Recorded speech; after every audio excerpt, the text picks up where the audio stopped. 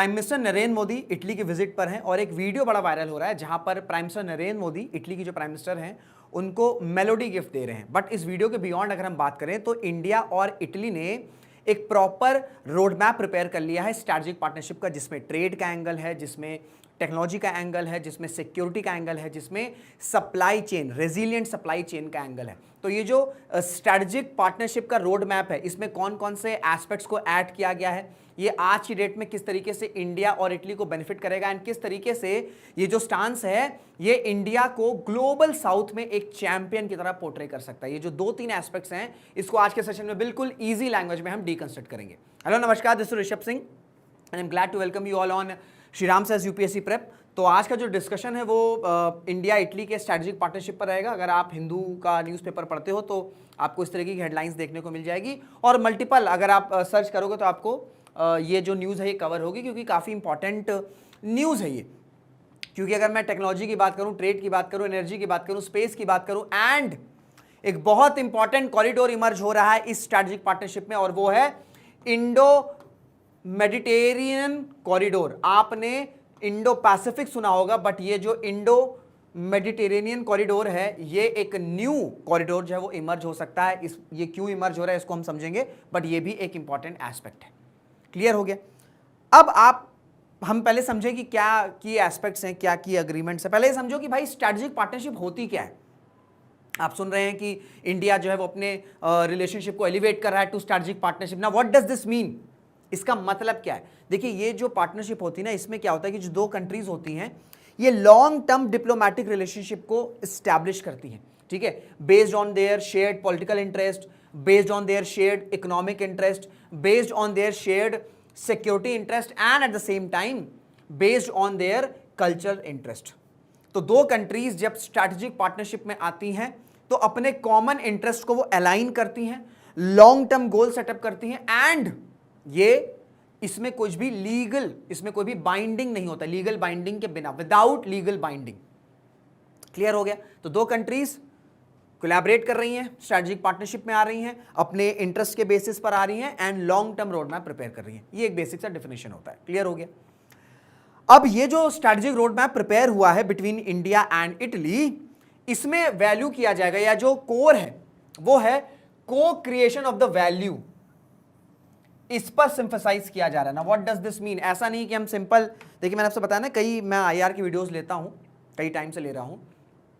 तो इंडिया जो है ना वो एक शिफ्ट कर रहा है, उसका एक शिफ्ट आ रहा है। शिफ्ट ये आ रहा है कि हम सिर्फ बायर और सेलर के रिलेशनशिप पर नहीं पड़ रहे हैं कि हमने सामान बेचा आपने ले लिया या आपने सामान बेचा हमने ले लिया। नहीं, वी आर फोकसिंग ऑन को क्रिएशन, को डेवलपमेंट एंड को प्रोडक्शन।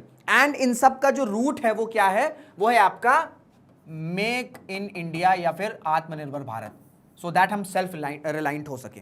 तो ये जो स्ट्रैटेजिक पार्टनरशिप है ये भी आपकी को क्रिएशन ऑफ वैल्यू पर डिपेंड करती है और ये किसी भी सेगमेंट में ले लो, चाहे ट्रेड में ले लो, टेक्नोलॉजी में ले लो, एनर्जी में ले लो, स्पेस में ले लो, डिफेंस में ले लो, ठीक है, कनेक्टिविटी में ले लो, पीपल टू पीपल टाइज में ले लीजिए, रिसर्च हो गया, इंडस्ट्री स्टार्टअप्स हो गए और आपके ग्लोबल एंड रीजनल कोऑपरेशन। तो ये वैल्यू को क्रिएट करेंगे, यानी कि इंडिया और इटली साथ में इन सब वैल्यूज को क्रिएट करेंगे। क्लियर हो गया? अब हम चलते हैं एक एक करके सभी इंपॉर्टेंट एस्पेक्ट पर।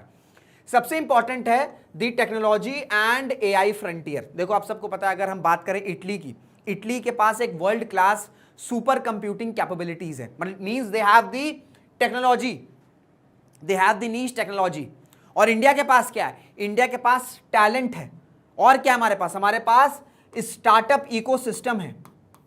तो इस रोड मैप में इस स्ट्रैटेजिक रिलेशनशिप में इटली की जो सुपर कंप्यूटिंग कैपेबिलिटीज है इसको इंटीग्रेट किया जाएगा इंडिया के talent, specially the youth and the startup ecosystem of Bharat. तो जब ये इंटीग्रेट होगा तो फिर टेक्नोलॉजी और एआई का न्यू फ्रंटियर ओपन होगा।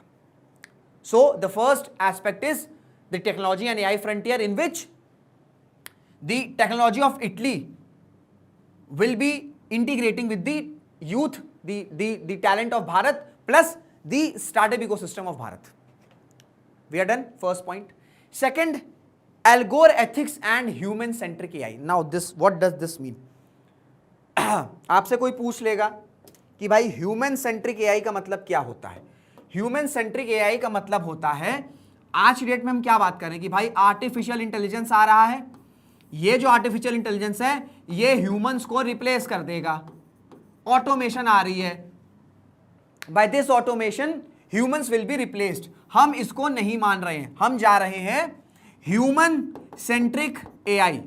इसका मतलब यह है कि हम एआई को इंटीग्रेट करेंगे सो दैट इंक्लूसिविटी बढ़े, एनहांस हो, ट्रांसपेरेंसी एनहांस हो। एट द सेम टाइम ये जो आर्टिफिशियल इंटेलिजेंस है ये ह्यूमंस को रिप्लेस नहीं करेगा, ये ह्यूमंस की हेल्प करेगा।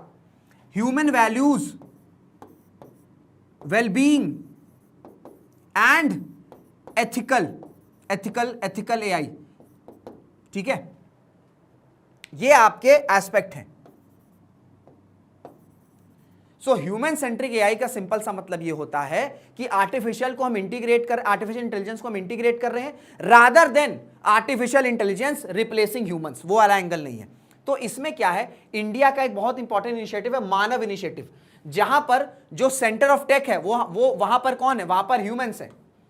और इटली का एक इनिशिएटिव है जिसका नाम है एल्गोर एथिक्स। अब ये क्या बात करता है, ये एथिकल एआई डेवलपमेंट की बात करता है। और ये जो फ्रेमवर्क है ये सभी कंट्रीज के लिए एक फ्रेमवर्क रहेगा फॉर रिस्पॉन्सिबल एआई, कि भाई हमें आर्टिफिशियल इंटेलिजेंस को यूज करना है लेकिन रिस्पॉन्सिबली यूज करना है, क्राइसिस नहीं लानी है।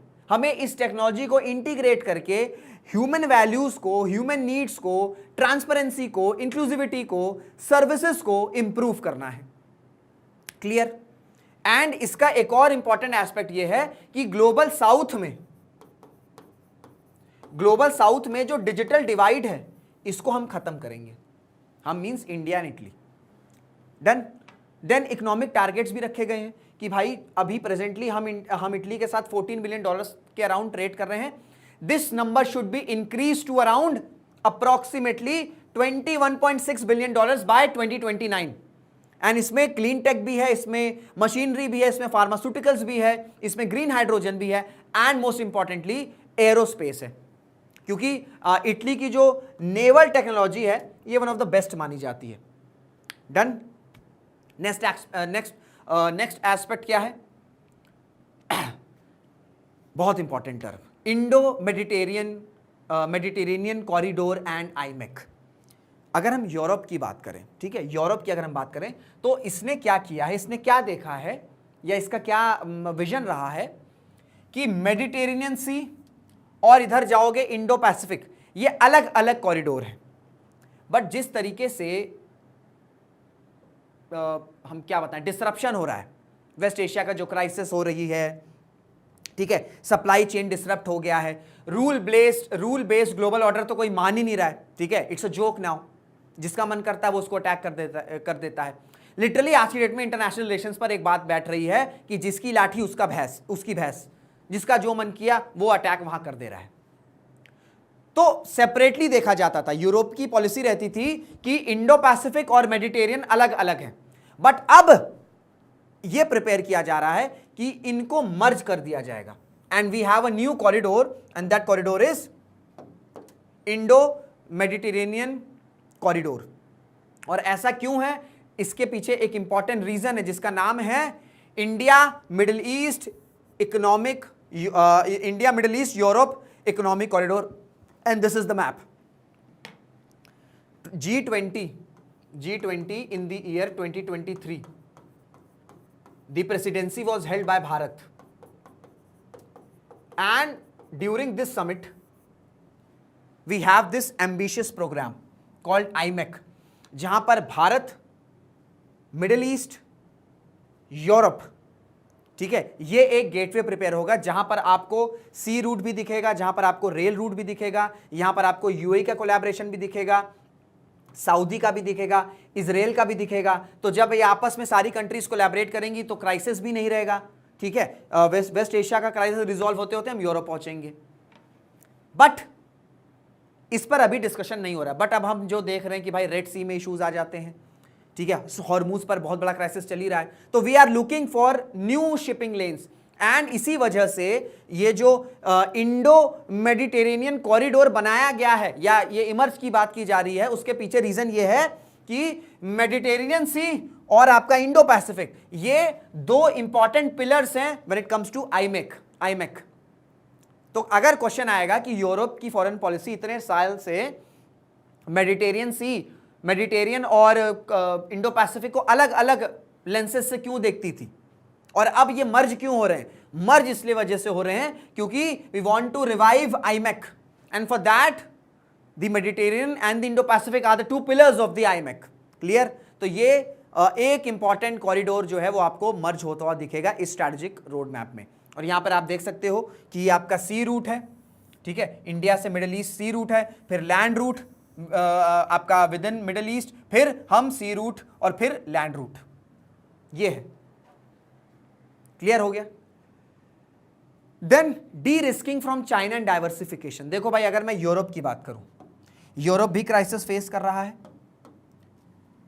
इंडिया, यूरोप की बात करें, यूएस की बात करें, भारत की बात करें, ये तीनों ही कहीं ना कहीं चाइना पर डिपेंडेंट हैं,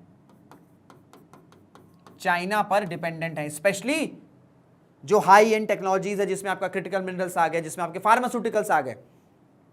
हम फार्मास्यूटिकल्स में चैंपियन है, बट दवाइयों को बनाने के लिए एक इंपॉर्टेंट इंग्रेडिएंट्स है, वो हम चाइना से इंपोर्ट करते हैं अराउंड 70%। तो यूरोप भी चाइना पर अपनी डिपेंडेंसी रिड्यूस करना चाहता है, भारत भी अपनी डिपेंडेंसी चाइना पर रिड्यूस करना चाहता है, ठीक है। यूरोप यूएस पर अब ट्रस्ट नहीं करता है, हालांकि यूएस पे तो अब कोई नहीं ट्रस्ट कर रहा है जिस तरीके से डोनाल्ड ट्रंप अपनी पॉलिसीज लेके चल रहे हैं। तो यूरोप और इंडिया जो हैं वो एक दूसरे को देख रहे हैं कि हां, हम अगर अपने रिलेशंस को एनहांस करेंगे, मल्टीपल सेगमेंट्स में लेके जाएंगे, तो हम एक तो यूएस पर अपनी डिपेंडेंसी कम करेंगे, साथ ही साथ चाइना के जो कंसर्न्स हैं उसको डी-रिस्क करेंगे, एंड हम डाइवर्सिफिकेशन पर फोकस करेंगे। और साथ ही साथ इंडिया ये चाह रहा है कि जो अभी यूएस में एक्सपोर्ट्स हैम्पर हुए हैं उसको हम फोकस करके एक्सपोर्ट्स को डाइवर्सिफाई करें, जिसमें अफ्रीका हो गया, जिसमें यूरोप हो गया, इस पर हम फोकस कर रहे हैं, ठीक है। एंड इन सब का और एक और important aspect, just a second, हाँ, defence sovereignty and maritime security. देखो भाई, इंडिया और इटली के कोई बहुत स्ट्रॉन्ग डिफेंस रिलेशनशिप नहीं रहे, पॉलिटिकल हर्डल्स बीच बीच में आए हैं, 2023 से थोड़ा बहुत रिवाइव आ रहा है।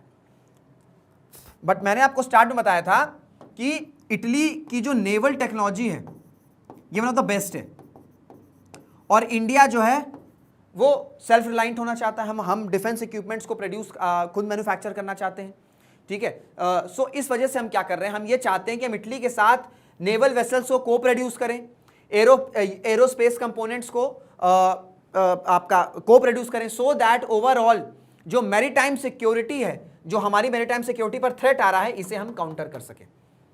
तो डिफेंस की अगर हम बात करें तो बहुत ऐसे रिलेशंस नहीं है हमारे इटली के साथ, 2023 से रिवाइव हो रहे हैं, बट हमारा जो स्पेसिफिक एंगल है वो नेवल टेक्नोलॉजी पर है, ठीक है, नेवल टेक्नोलॉजी पे है, सो दैट हम नेवल टेक्नोलॉजी को को प्रोड्यूस कर सके with the help of Italy, ठीक है। फिर जॉइंट R&D, आपका green hydrogen, smart grid, circular economy initiatives, इस पर भी डिस्कशन हुआ है। फिर आपका जो यूनिवर्सिटीज हैं वो किस तरीके से फैसिलिटेट कर सकती हैं, लीगल माइग्रेशन कैसे हो सकता है, स्पेशली आपका हाई टेक प्रोफेशनल्स, इन सब पर भी रोड मैप प्रिपेयर किया गया है।